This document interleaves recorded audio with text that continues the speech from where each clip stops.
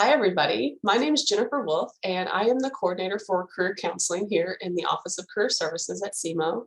And I wanted to take just a few minutes today in your UI100 class and sort of virtually introduce myself and talk a little bit about the Office of Career Services and all of the things that you can get if you were to make appointments and some of the things that we would talk about with you as a student if you access our office. I know it's a little difficult. You're listening to me online versus meeting face to face. There's a lot of you. There's not very many of us in the office, and so thank you for the opportunity to be able to at least come in and, like I said, virtually connect with you in this way. And so, just to kind of get us kicked off and started here, I am going to use a few things. I'm going to use a PowerPoint and get into a website here and just to kind of walk through some stuff. But just really quickly, let's go. And this is a screen that's showing all of our contact information. So we do have an email address. The quickest way to get a hold of us to schedule an appointment is to actually call that 651-2583. We have a website available out there, semo.edu/careers. You see my contact information if you wanted to contact me directly.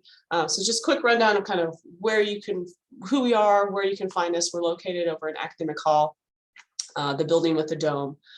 So yeah, come in and connect. But what do we do? So why would you want to call and make an appointment with Career Services? So a big component of what I think a lot of you might have questions about your major or that sort of freshman experience of trying to explore different career plans and figure out, make some decisions about where you're going to be and what you're going to be doing over the next 4 to 5 years in terms of your academics. We can help you kind of navigate a lot of that with career counseling.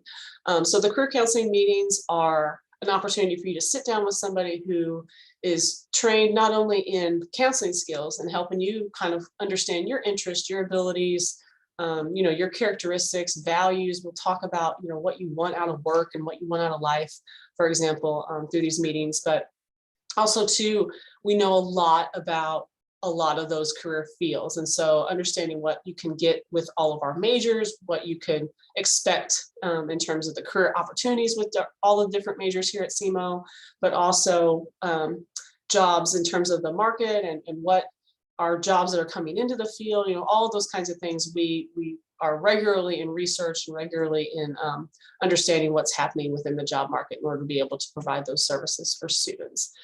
So career counseling is a process. It's something that all of our appointments are scheduled for an hour in length, no matter what type of appointment, but most definitely with career counseling, it's not going to be a one-time appointment. It's going to be something where you're likely to sit down with your counselor, I would say at least 2 or 3 times, if more, not like 4 or 5, before you get to the point where you feel like you know enough information, not only about yourself, but also about what the expectations are with careers or what you could expect with certain majors in order for you to make an informed decision for yourself in terms of where you're going to find the most meaning and the most satisfaction. Another big part of our office, and I think when people hear career services, they think jobs, and that's definitely the case. We can help you, whether it's looking for on-campus jobs, looking for part-time jobs here in the community, but then most important too, like a lot of our work is done on internship, trying to align students and make these opportunities known for full-time opportunities. Now, all of our jobs that we learn about will go into our database that's known as redhotjobs.com. And so as a student, you would have access to that, to that resource. And that's something that you keep even after you're a student and your time ends. But yeah, job internship coaching, kind of helping you navigate the strategies behind how to search for a job and search effectively. And so we talk about things like networking. We talk about LinkedIn profiles and all of the things, informational interviews, things that can come up to help you gain more awareness of what the jobs look like, what companies are out there that might be hiring for you, and what types of, maybe majors or experiences, both in and out of the classroom, are important as you start to, build experiences here as a student. That building experience stuff, that ultimately results in the content that goes on your resume or the content that you might discuss a little bit more specifically in a cover letter. And so that's a big part of what our office can help you with as a student as well. So if you've never written a resume before, You have one maybe from high school that you don't know how it's going to change or what kind of content you might keep, what does or doesn't go on the document, sort of those do's and do nots behind resume and cover letter construction. Those are all the things that our office and we have graduate assistants and different people in the office who help students. Here again, from all majors, we have samples and information that's out there to kind of help guide you visually, as well as coming in and getting an individual review as well. Practicing and mock interviewing. So another key component of the job search is, once you get noticed by those employers with your application materials, the next step is you get an interview, right? And so for some students, that's a new experience. You've never been on what you would call a professional interview. And so we sit you down, we walk through questions. We can try to tailor those questions to the company or the job that you might be interviewing for, but we can also do more of a general kind of, hey, I've never answered these questions related to like skills, strengths, weaknesses, tell me a little bit about yourself, all those sort of common questions that you might have, as well as the other pieces of interviewing, things like what to wear, what's appropriate to bring with you to the interview, what's the appropriate level of follow-up after the interview, and how do you do things like write a thank you letter, especially now with technology. Is it an email or is it a thank you hard copy? Some of those types of questions we can help you walk through during a practice or a mock interview. And then with graduate school prep, so that's another area of our office that, maybe that you're going to go to graduate school, but maybe for your particular major or the types of occupations and careers that you want, you don't know whether it's a requirement or it would be a strong need, or if you're even going to need it at all. And so those are the kinds of things. Do I need to go to graduate school? So that sort of circles back to that career counseling model. Be sitting down with people 1 or 2 times just to kind of walk through if it's even something that would be needed and relevant for you based off of your values and lifestyle, work values, where you want to see yourself being in X number of years on the career side of things. But then also to, once you would know, hey, yes, I do know I want to go to graduate school, it would be navigating, how do I pick a program? What are some of the things related to the application process? So things like personal statements, or what you need to be aware of in terms of the application process for these different graduate programs, because it's very different than the undergraduate experience in many ways. So that's another resource that we can help you with. And then finally, our career events and expos. You're going to see our information across campus. You'll see employers who come to campus and maybe host a table in the UC, or you'll see outside of different campus departments, perhaps, employers who want to come to campus and just talk with students about their opportunities. We do host 2 career expos. We host one in the fall and one in the spring. And that is an all majors event. And so a variety of different employers seeking a variety of different majors and skill levels, so it's both internship, so while you're still a student, but also to seeking for those full-time opportunities.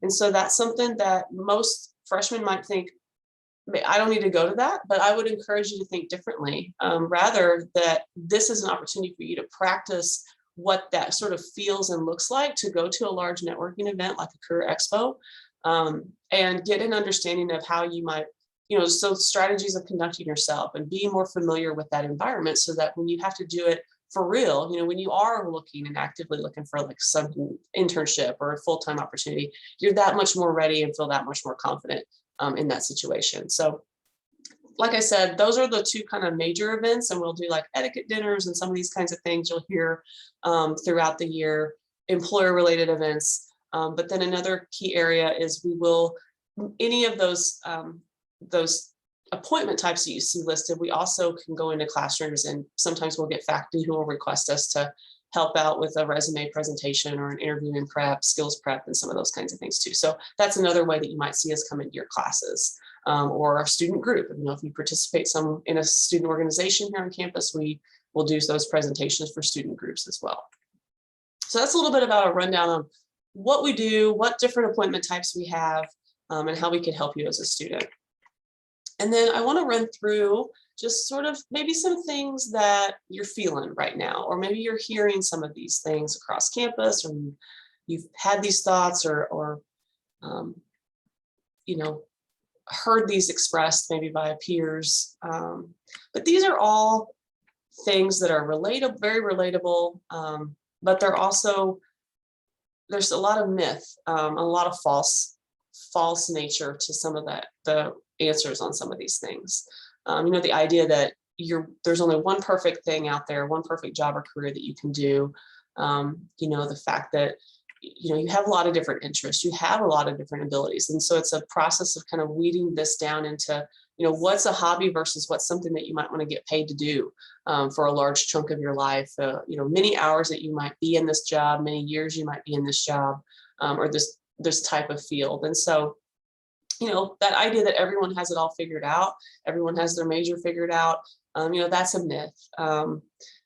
I say most people are exploratory, whether you even know your major, it's then that process of what are you going to do with your major, that can be relevant. And then, like I said, career counseling really hits on a lot of these, and tries to navigate a lot of this for students.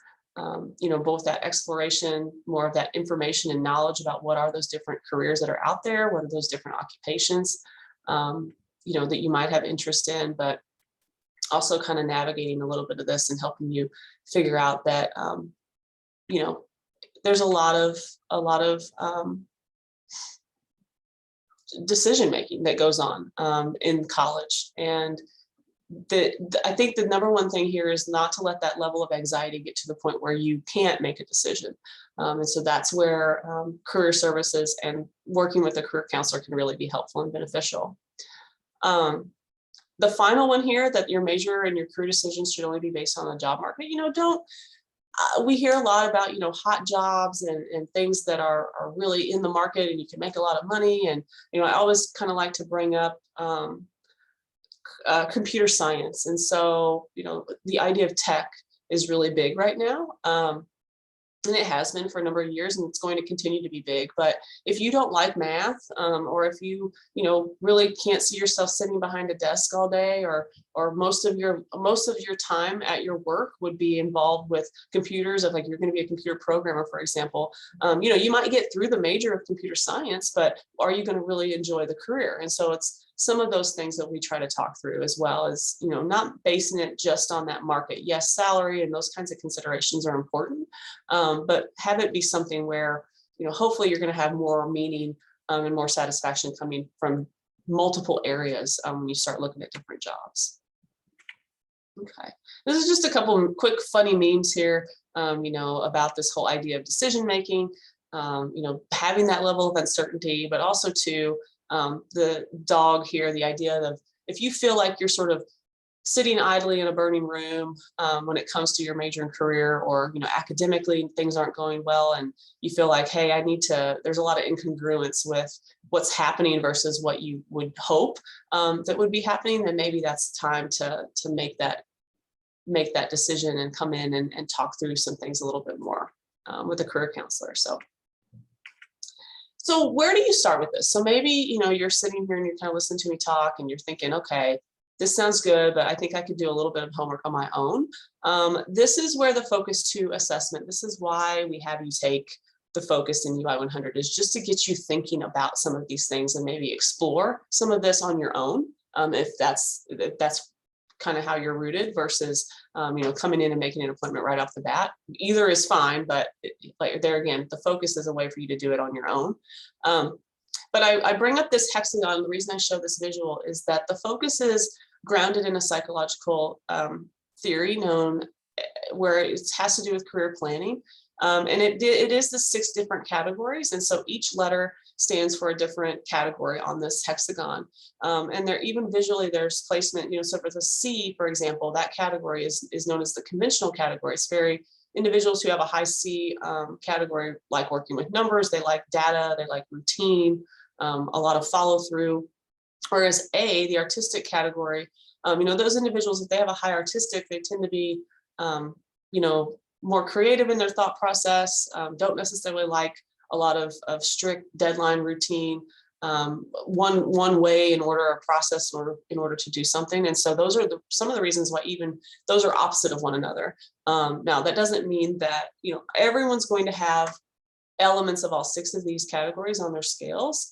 It's just that there is no right or wrong. It's just sort of where you are on these particular assessments. So one of the things I am going to do now is I'm going to go out to a different screen, and we're going to see, so the Focus 2 assessment. So this is what you'll see when you get into the Focus once you register your account. So the different areas that you're going to complete are going to be the career planning involvement, my academic strengths, and the Am I Career Ready up at the top. So that's sort of the foundation. And then the self-assessment areas, there's 5 different assessments, and all of them you can look at the results individually, or you could go in and you can do the combine assessments feature.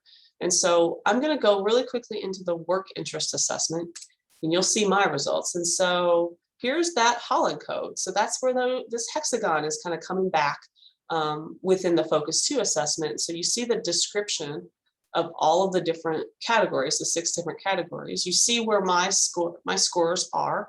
So I'm highest on social, followed by artistic and investigative. And you know, if you want to, I would encourage you to read down through the descriptions and get an idea of what those descriptions are all about. But also too, if you want to then continue, then you get into the actual job titles that come up based off of your results. And so you see some things here related to education, related to social services and counseling. So, you know, it makes sense that I have some of this up there. Most definitely. I was a mental health counselor before I started working in career counseling within higher education. And so, you know, there's things on here that make a lot of sense for me and I know why they're there, but then there also might be things that come up on your assessment that you're like, I would never do that in a million years. And that's okay too. It's more about understanding maybe why they're there. One example I have that is incongruent is, for me, is being a foreign language professor. You know, I had a really hard time with foreign languages. I would not be a very good foreign language professor, but I know why it's there. And so any of these, you see the little link you can click into and get more information about that particular career field. You know, that you can see the work interest profile, you know, and seeing if there's alignment with your scores versus where someone who took this, in this case, as a foreign language professor, how those line up. It gives you a lot of different information in a quick view form on a lot of different occupations that are surveyed. There's almost 1,000 occupations in this database. And so there's going to be quite a few things that come up on here. The outlook, the earnings, you know, I know that those are important for a lot of people. Also, where, you know, the areas and majors of study you can have if you wanted to do something like this at some point. Different skills or values that come up when you start thinking about this particular career. So that's one way that you get to, and you go back to the home screen, you can get back to your results. And like I said, if you wanted to combine the assessments, you can see where, if anything, comes up on all 5 or all 4. I don't have any that come up on all 5 of my assessments, but I do have 8 that pop up on when we start looking at the 4 different ones. Okay, and so here again, it just kind of helps you to quickly look at where might be the similarities and differences if you do the combine. If we go down a little bit further, so this is your own results, is the self-assessment piece. But if you also wanted to look at all of the other occupations, or if you wanted to explore outside of your results, this is where the Explore the Possibilities section can come in handy. You could do an exploration of any occupation if you wanted to go that route. Like I said, there's about 1,000 in here. Or you could do, I like the 2x2, 2 occupations side by side. So maybe you want to search something like career, or we'll do vocational. I think it comes up as vocational. Career guidance, yeah, voc counselors. And then maybe I also want to look at something that's kind of similar but different. Maybe I want to look at academic advisor and do both of these. And so there you get the good overview of both side by side. You can compare the subtle differences and the similarities between 2 different occupations. See your interest scores in both of those. And so it's a quick, like I said, a quick way for you to get a snapshot of these different, not only majors, but career paths through this assessment, the Focus 2 assessment. Okay. All right. So one thing I'm going to finally do is go back to I'm going to quickly go back to PowerPoint again because I have there. So kind of circling back around and concluding here, thank you again for giving me the time. Here's our contact information. Again, we are located in Academic Hall, and a big way that we push a lot of employers coming to campus, our different events, things that might be happening in career services is through our social media accounts. So Facebook and Instagram, most definitely. We are active on Twitter, as well as we have a page on LinkedIn. And so I would encourage you as freshmen to get connected to our office through some of these different social media handles, but also to connect with our office. You know, let us know who you are. Let us know what where your interests are, how we can help, and doing that earlier, like I said, rather than later, so that you're that much more prepared with some of the different aspects that come into choosing your major, choosing that career path, but also how to get yourself that much more ready when you start searching for jobs or internships or full-time positions. Okay. All right. Well, thank you. Have a great semester, and let us know how we can help. Thank you.